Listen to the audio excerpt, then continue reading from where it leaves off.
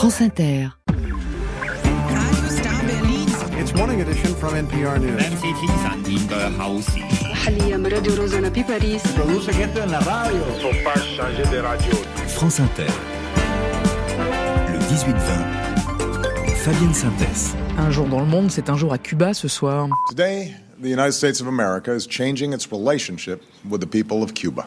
Aujourd'hui, les États-Unis changent leurs relations avec les Cubains. Dans notre plus grand changement politique en 50 ans, nous allons mettre fin à une approche obsolète qui, durant des décennies, n'a pas servi nos intérêts. Et à la place, nous allons commencer à normaliser les relations entre nos deux pays. Avec ces changements, nous espérons créer des opportunités pour les citoyens américains et aussi cubains. Bonsoir Gaspard Estrada. Bonsoir. Merci d'être avec nous. Vous êtes politologue, membre de l'unité du Sud Global à la London School of Economics à Londres. Ce qu'on vient d'entendre, évidemment, c'est Barack Obama en 2014 qui annonce à l'époque donc un rapprochement historique entre Cuba et les États-Unis. Ça devait être la fin d'une époque et puis stop et net à l'arrivée de Donald Trump. Nous y viendrons. Ramenez-nous d'abord en 2014, Gaspard Estrada, la fin d'une époque. Ces mots-là que l'on prononçait, est-ce qu'on a vraiment cru à un revirement historique avec un grand H ? Oui. D'ailleurs, je me souviens très bien de la poignée de main entre Obama et Castro. Mm-hmm. Lors des funérailles de Nelson Mandela en Afrique du Sud, qui, pour la première fois, semblait sceller justement ce changement d'air, cette volonté de mettre fin à voilà ce conflit qui datait des grands conflits de la guerre froide, bon pas conflit armé, mais cette tension entre ces deux États. Malheureusement, ce rapprochement n'a pas survécu à l'alternance vers les républicains aux États-Unis et l'arrivée de Donald Trump. Et on y viendra, on parlera aussi de Joe Biden. Racontez-nous ce qui s'est passé après 2014 quand même, parce que on a vu revenir des avions, des liaisons aériennes. À ce stade, c'était bien plus symbolique que ça, mais rien que ça, en fait, pour démarrer, a été quand même quelque chose d'incroyable. Absolument. Tout d'abord, il y a eu des relations diplomatiques qui ont été rétablies entre les deux États. Pas d'ambassade, mais des relations diplomatiques. Il y a eu des ambassades ou pas ? En fait, il y a toujours eu des ambassades, des sections d'intérêt. D'ailleurs, à Washington, il y a un très beau bâtiment qui existe toujours et qui représente les intérêts de Cubains aux États-Unis. Néanmoins, il n'y avait pas de relations diplomatiques. Et donc, le fait de rétablir ces relations, de faire en sorte que il puisse avoir davantage de commerce, d'échanges, parce qu'il ne faut pas oublier qu'il y a une très grande diaspora cubaine aux États-Unis, et donc de ce point de vue-là, c'était vraiment un pas en avant qui avait été accompli lors de ce mandat du président Obama. Malheureusement, il y a eu un très grand recul à partir de l'arrivée de Donald Trump en 2016. Il y a eu un renforcement des sanctions économiques, financières, et disons que cela a aggravé les déficiences structurelles de l'économie cubaine, une économie qui vit dans un blocus depuis 1962 et qui aujourd'hui est très gravement confrontée à une situation de pénurie. Eh bien, allons-y justement à Cuba ou pas loin, en fait, voir ce qui s'est passé immédiatement après et surtout pendant. Bonsoir Romane Frachon. Bonsoir Fabienne. Broman, merci d'être avec nous. Vous avez été journaliste en poste à Cuba pendant longtemps et vous y étiez en 2014. Et je voudrais d'abord que vous nous disiez à quoi ça ressemblait ce moment chez les Cubains, les histoires, les espoirs et l'enthousiasme que ça a soulevé dans l'île, ça ressemblait à quoi ? Oui, l'enthousiasme, c'est vraiment le moins qu'on puisse dire. La Havane explose de joie ce jour-là. Les rues de la capitale tremblaient, littéralement. Il y avait des enceintes partout dans la ville. Le président américain était si populaire parmi les Cubains qu'une blague circulait à l'époque. C'était si on avait des élections libres à Cuba et qu'Obama se présentait, il gagnerait. En mars 2016, quand Obama se rend sur l'île, il envoie un tweet, « Que bola Cuba », qu'on peut traduire par « Quoi de neuf Cuba ». Cette cool attitude d'un président américain en a ému plus d'un. Et puis on a eu les Rolling Stones en concert gratuit, 4 millions de touristes états-uniens dont Madonna, Paris Hilton se ruent sur le dernier vestige socialiste. Bref, Cuba a vraiment connu ses meilleures heures. Alors, est-ce que justement le retour en arrière, les espoirs douchés, la déception ont été proportionnels à cet enthousiasme que vous nous décrivez ? Oui, ce qui est alarmant, c'est la flambée de la pauvreté à Cuba. Même les hôpitaux sont dépassés pour un pays qui a mis l'accent sur la santé publique, sans compter les pénuries de carburant. Récemment, Cuba a passé 5 jours sans électricité. Pour vous donner une idée de l'inflation, une bouteille d'huile va coûter autour de 2 €, sachant qu'un enseignant gagne autour de 12 € par mois. Alors, même le tourisme succombe à cause des mesures de Trump. Les hôtels construits sous Obama sont vides et évidemment, les échanges culturels ont été profondément endommagés. Cindy Riveri, commissaire-priseur, n'exerce plus. Trop d'artistes sont en exil aujourd'hui. Moi, j'ai ouvert ma propre entreprise, ce qui m'a donné de l'indépendance économique. Et en général, a donné vie surtout, selon mon expérience, au monde de l'art qui n'était pas complètement en sommeil avant Obama, mais qui a aidé l'art cubain à entrer plus fortement sur les marchés internationaux. Et puis avec Trump, mes affaires n'ont pas trop souffert, mais les bateaux des croisières ont cessé de venir dans les ports de La Havane. Tout ce qui avait été récupéré économiquement dans les dernières années peut revenir en arrière avec les nouvelles politiques de Trump. Gaspard Estrada le décrit très bien, Romane Frachon, la douche froide que ça a été. Mais la justification de refermer intégralement la porte, c'était quoi pour Donald Trump ? Très clairement, le régime, la nature du régime, qui, avec le Venezuela, avec le Nicaragua, étaient un peu les 3 pays dans le viseur de Washington. Voilà le symbole que représente Cuba et le régime cubain aux yeux du dirigeant républicain. Et l'autre symbole d'ailleurs, c'était de remettre Cuba sur la liste des États soutenant le terrorisme, par exemple. Enfin, il y a eu des phrases comme ça de la part de Donald Trump à ce moment-là. Bien sûr. Et la volonté de favoriser un changement de régime et donc de mettre fin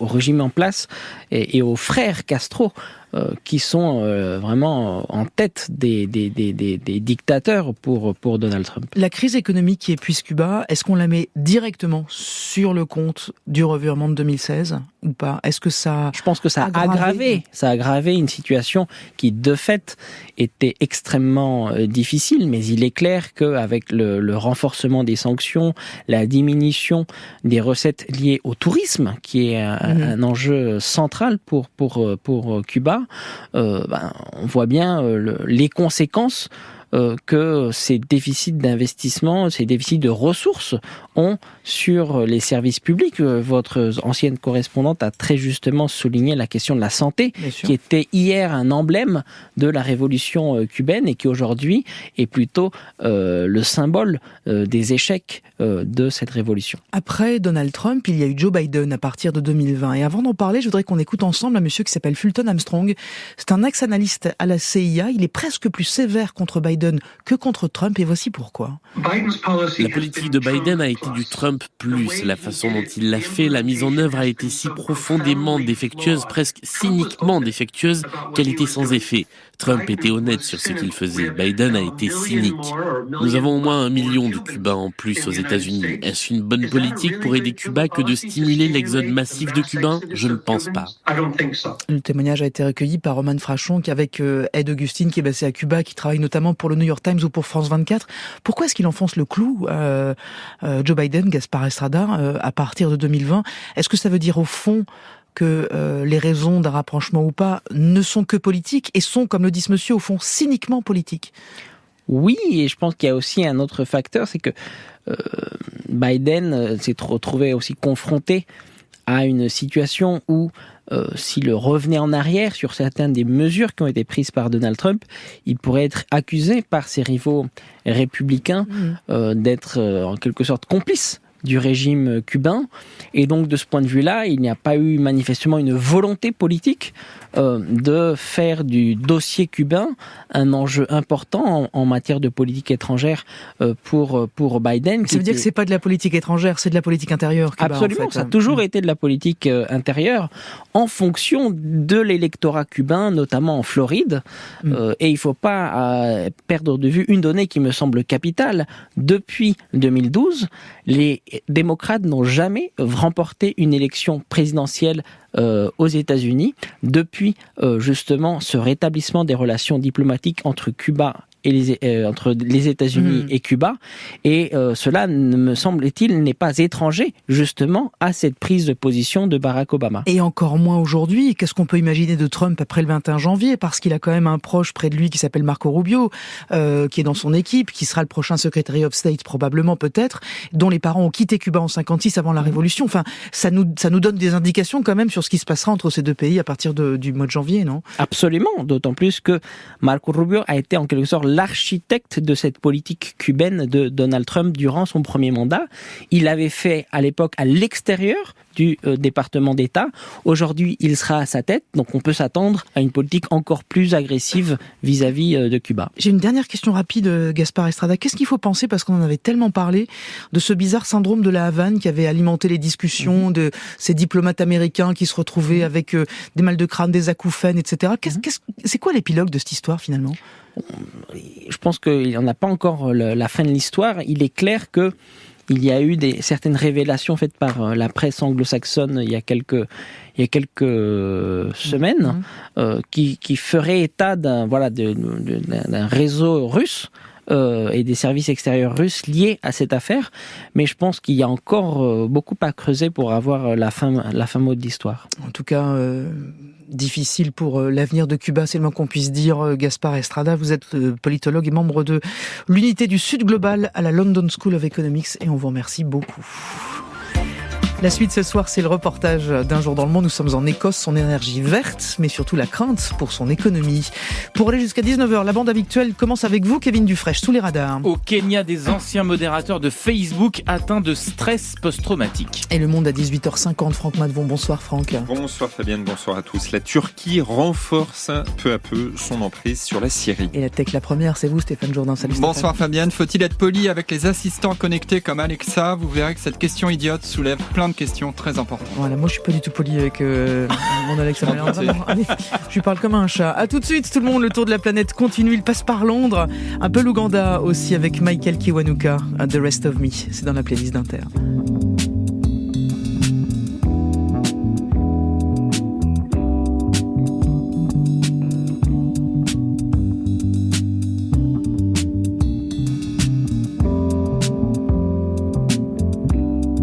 Back when I was lost, stumbling around, you found me, now I can see my feet won't touch the ground.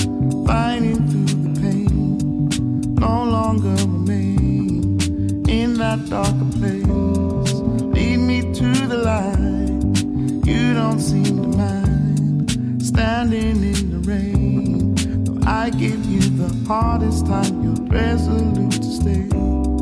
Help me realize there's nothing left to gain. Lord, I need your loving. God knows I gotta be leaving the rest of me behind, yeah. Your heart right next to me, leaving the rest of me behind us, yeah.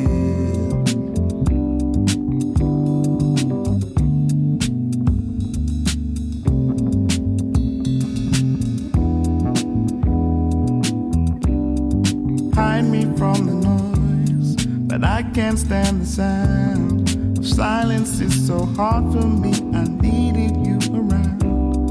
Calling out your name, feel like I could drown when I need your loving. God knows I gotta be leaving the rest of me behind, yeah. Your heart right next to me, leaving the rest of me behind us, yeah. God knows I better be bringing the best of me this time, yeah.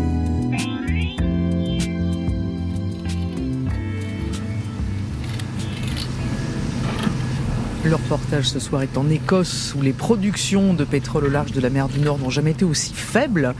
La révolution verte est en route en Grande-Bretagne et c'est une bonne nouvelle. Sauf qu'en 10 ans, 40% des personnes travaillant dans le gaz et dans le pétrole en Écosse ont perdu leur travail. Un chiffre qui comprend aussi les sous-traitants, les commerces, les hôtels, les restaurants qui profitaient de l'argent du pétrole. Dans le même temps, l'accélération de l'éolien se fait attendre et c'est toute une région qui craint maintenant pour ses emplois et son économie. Le reste, c'est Thomas Arms qui raconte.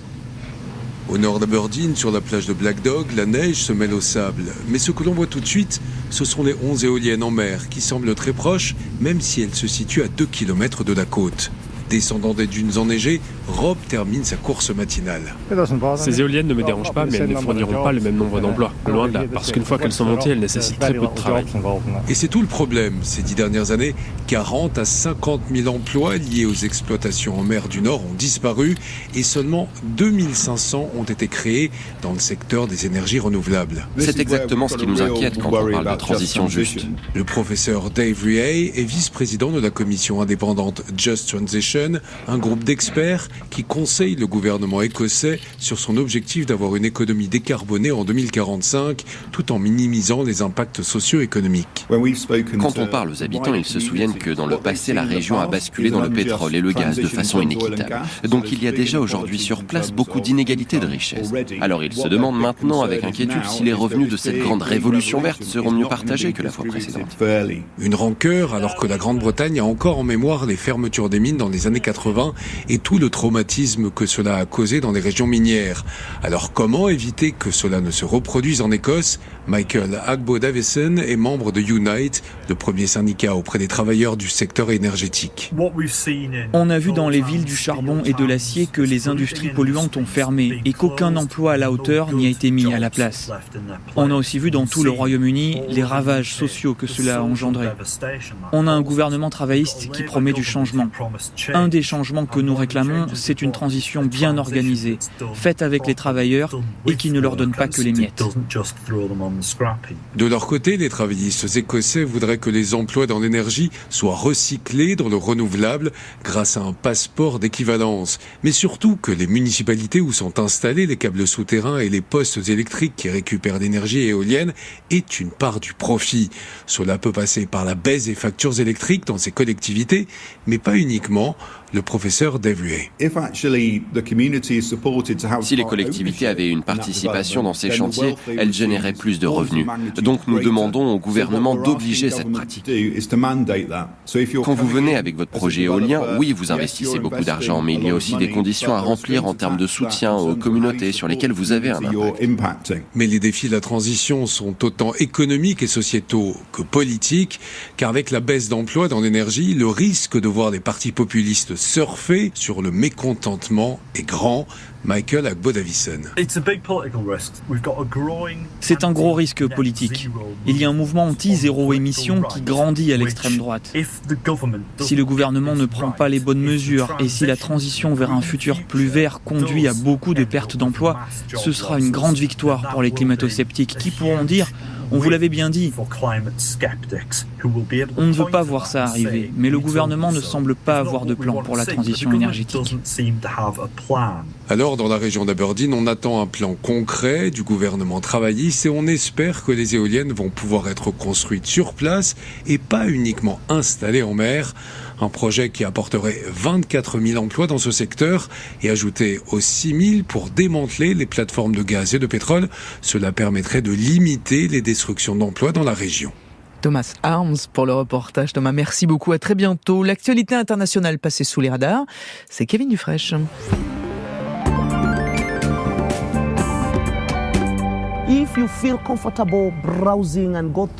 C'est d'abord au Kenya que nous sommes où Meta est poursuivi. Oui, ça fait plus d'un an maintenant que près de 200 anciens modérateurs de Facebook ont lancé des procédures contre la maison mère du réseau social et Sama Source, le sous-traitant qui les employait en raison de leurs conditions de travail. Et aujourd'hui, le Guardian révèle que dans le cadre de l'enquête, 140 d'entre eux ont été diagnostiqués avec un stress post-traumatique sévère en raison de leur exposition à des contenus contenu violent toute la journée.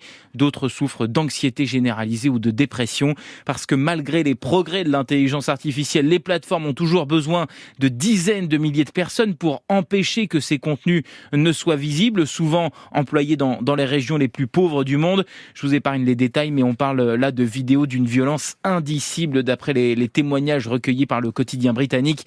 Meta assure de son côté prendre en compte la santé mentale des modérateurs avec des techniques pour atténuer l'horreur des contenus comme le floutage et l'accès à un suivi psychologique. Nous sommes en Suède où le gouvernement veut élargir le recours aux écoutes. Oui, le ministre de la Justice, Gunnar Strömmer, a fait la proposition et hier il souhaite autoriser la police à surveiller les appels téléphoniques et plus largement l'ensemble des communications des enfants de moins de 15 ans. C'est interdit pour le moment. Alors pourquoi changer la loi ? Eh bien parce que les jeunes adolescents sont de plus en plus impliqués dans les violences de gangs en Suède. Les groupes criminels impliqués dans le trafic de drogue engagent de plus en plus de mineurs de moins de 15 ans parce que c'est l'âge de la responsabilité pénale dans le pays. D'après Gunnar Strömmer, des jeunes de 12, 13 ou 14 ans sont auteurs de fusillades ou manipulent des explosifs. Le ministre précise que pour lancer cette surveillance, il faudra un degré de suspicion plus élevé que pour les adultes. Et puis nous sommes en Antarctique avec une révélation. Oui, celle de Jeran Campanella. Ce youtubeur américain est suivi par plus de 150 000 abonnés et connu pour défendre des théories complotistes, y compris celle de la Terre plate. S'il en est un ardent défenseur, il a accepté tout de même de participer à un projet baptisé The Final Experiment, lancé par des youtubeurs scientifiques. Le but étant d'inviter en Antarctique des influenceurs platistes, comme on les appelle, pour leur prouver que leur théorie est fausse. Pour résumer, les platistes pensent que la Terre donc est plate et que le Soleil tourne au-dessus, éclairant tour à tour chaque continent. Si tel est le cas, impossible donc qu'il fasse jour 24 heures sur 24 au pôle sud l'hiver. Sauf que bingo, notre ami Jeran Campanella a constaté que le soleil ne s'était pas couché de la journée. Sometimes you are wrong. Parfois dans la vie tu as tort, a-t-il reconnu sur sa chaîne YouTube, assumant qu'il risque désormais d'être traité de charlatan par sa communauté. Il dit que oui, il croit les gens qui disent que la Terre est ronde. Et après avoir passé 10 ans à surfer sur la vague platiste, il risque de perdre donc quelques milliers de ses abonnés. Je sais pas si on le plaint ou si on est heureux pour lui. On est plutôt heureux pour lui, ça en je fait crois. Au moins de convaincus. Evelyne, merci beaucoup. À très vite, vous partez avec une Coréenne installée chez nous depuis plus de 30 ans. La voici dans une reprise de Jefferson Airplane. Elle s'appelle Yoon Sun-na et la reprise, c'est White Rabbit.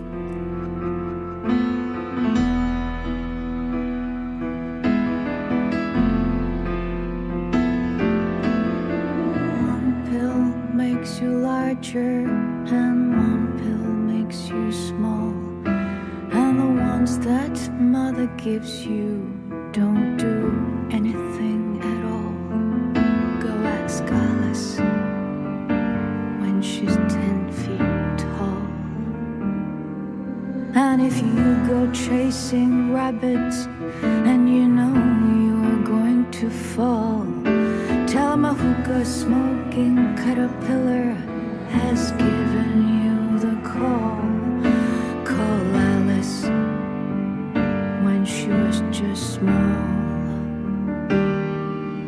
When the man on the chessboard get up and tell you where to go, and you've just had some kind of mushroom and your mind is moving low, go ask Alice, I think she'll know. When logic and proportion have fallen sloppy dead, and the white knight is talking backwards and the red queen's off with her head, remember what the dormouse said, feed your head, feed your head.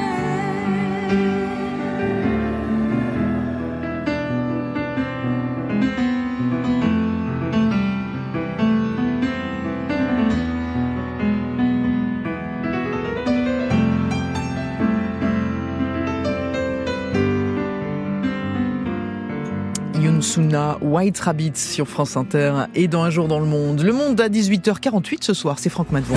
How dare you! The world has changed. Fabienne Synthèse. Le 18-20. Franck, la Turquie poursuit ses préparatifs militaires à la frontière avec la Syrie, c'est ce qu'affirme le ministère turc de la Défense. Et ce soir, vous nous expliquez pourquoi Ankara pousse son avantage depuis la chute de Bachar el-Assad. Recep Tayyip Erdogan tient aujourd'hui sa revanche. Le président turc ne pesait plus au Moyen-Orient depuis les massacres du 7 octobre en Israël. Ses discours pro-Hamas l'avaient marginalisé. La chute de Bachar el-Assad redonne à la Turquie un des premiers rôles. Rien ne permet d'affirmer qu'Ankara a été à la manœuvre, mais les nouveaux maîtres de Damas n'oublient pas qu'Erdogan, parrain historique de l'opposition syrienne, les a toujours soutenus. Les milices arabes qui ont repris le pouvoir en Syrie sont d'abord au service de la Turquie, qui les a équipés, financés.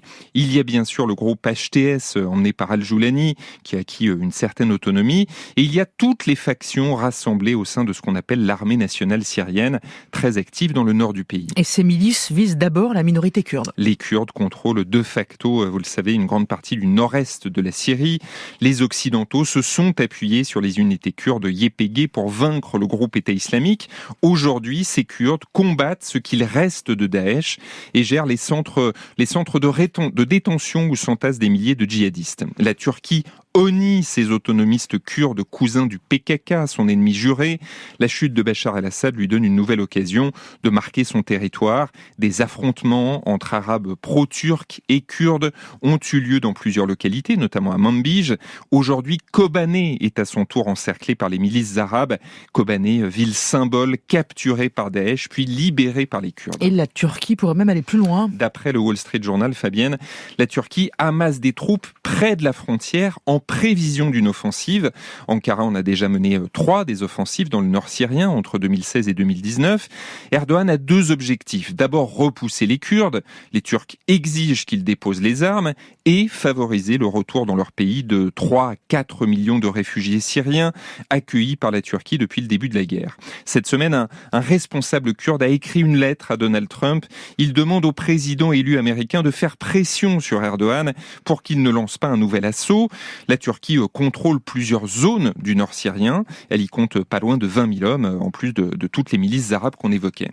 Et comment réagissent les États-Unis ? Alors l'administration Biden s'inquiète pour ses alliés kurdes, mais ne parvient pas vraiment à contenir Erdogan. La visite vendredi du secrétaire d'État Anthony Blinken a, semble-t-il, été peu productive. De son côté, Trump se méfie de la Turquie, membre de l'OTAN, rappelons-le. Il voit dans la victoire des rebelles une prise de pouvoir inamicale par Ankara. Naturellement, la Turquie dément et parle d'une volonté du peuple syrien. Volonté du peuple peut-être, mais la Turquie joue en Syrie un rôle qui va bien au-delà du voisin bienveillant. Elle s'empresse d'occuper l'espace laissé libre par la Russie et l'Iran. Elle veut saisir l'occasion, on l'a dit, d'éliminer la menace kurde et d'encourager le retour des réfugiés syriens. Mais on sait qu'Erdogan est aussi animé par la nostalgie de l'Empire ottoman. C'est aussi pour cela qu'il veut étendre sa toile en Syrie. Franck Madvon, merci beaucoup, à très vite. Le jeudi, c'est Stéphane Jourdain et la Tech la première. France Inter. Le 18-20. Stéphane, vous qui avez l'esprit de Noël à l'intérieur de votre personne, la question de la semaine est celle-ci. Faut-il être poli avec les enceintes connectées et les assistants IA qui colonisent nos foyers ? En tout cas, c'est une question qui ne fait pas débat chez mes enfants, Achille et Marguerite, 7 et 9 ans. Faut-il être poli avec Alexa ? Oui, parce que sinon, elle dit c'est pas très gentil. Oui, parce que c'est comme un être humain et il faut être gentil. Et du coup, c'est quoi la différence avec un être humain ? Alexa, c'est de l'intelligence artificielle. C'est pas quelqu'un qui marche et qui parle. Elle parle, mais c'est... Bref, elle parle, mais c'est pas pareil. Fils de son père, quand même.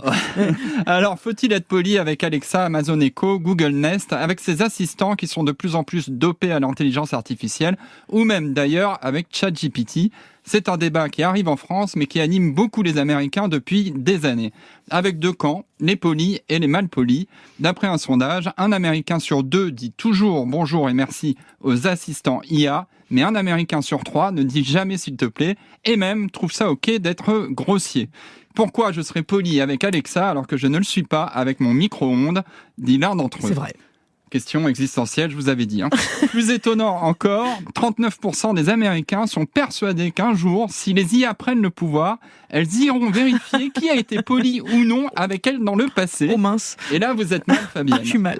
Exemple avec ce témoignage TikTok. Je dis toujours s'il vous plaît et merci, et c'est purement par peur, car quand les IA vont prendre le pouvoir, je veux qu'elles se souviennent que j'ai été polie avec elles pour qu'elles m'épargnent. Alexa, I love you. C'est la réponse d'Alexa en chanson.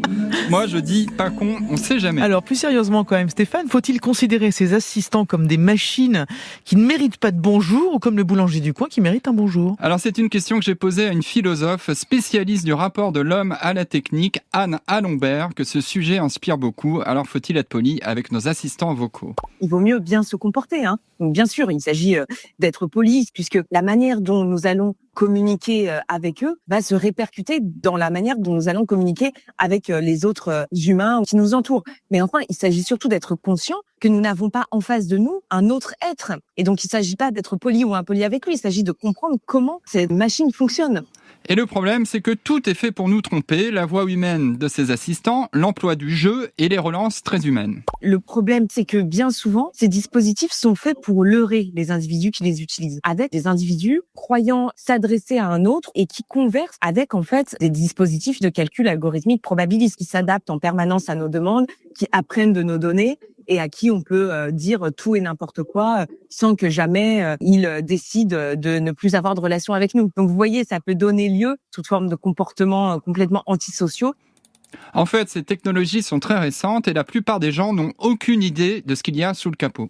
Le chatbot qu'ils sont en train d'utiliser a besoin pour fonctionner de centres de données, de câbles sous-marins, d'entraînement, de modèles algorithmiques sur des quantités massives de données, etc.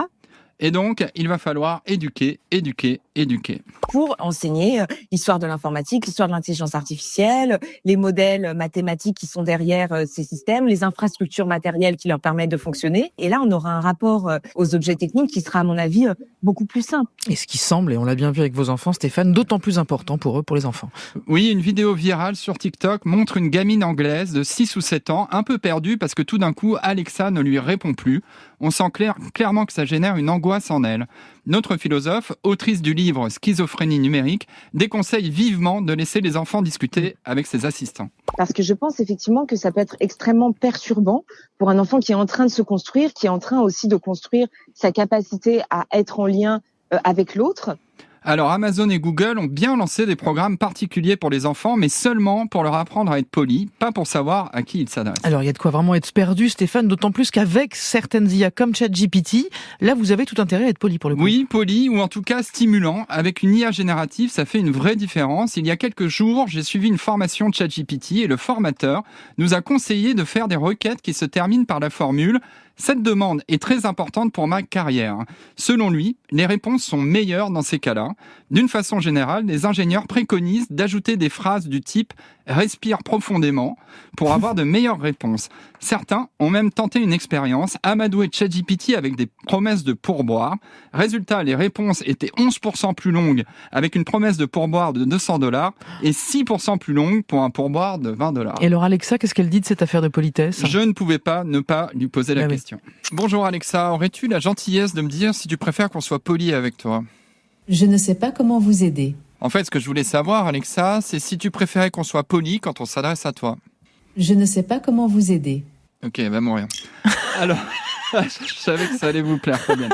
Alors, ces problèmes d'échange avortés entre l'homme et la machine ne sont pas nouveaux. Souvenez-vous, 1983, je crois que vous n'étiez pas né, Fabienne. Non, pas du tout. La Tesla de l'époque s'appelle la Renault 11 TSE électronique et elle propose une fonction vocale. La pub nous fait croire que le conducteur peut échanger avec la voiture par la voix, mais en fait, les messages ne vont que dans un sens. État des freins. À vérifier prochainement les plaquettes de frein. Alerte. Chute de pression d'huile. Arrêt moteur impératif. À la coupure du contact. Alors, pour info, le courant moderniste qui a traversé la société française à cette époque a été baptisé le Giscard Punk. Merci Thomas Langlin pour cette info et au revoir. Voilà, il a plein de petites anecdotes comme ça, Thomas, il est très très fort. Merci beaucoup, La Tech la Première et Stéphane Jourdain.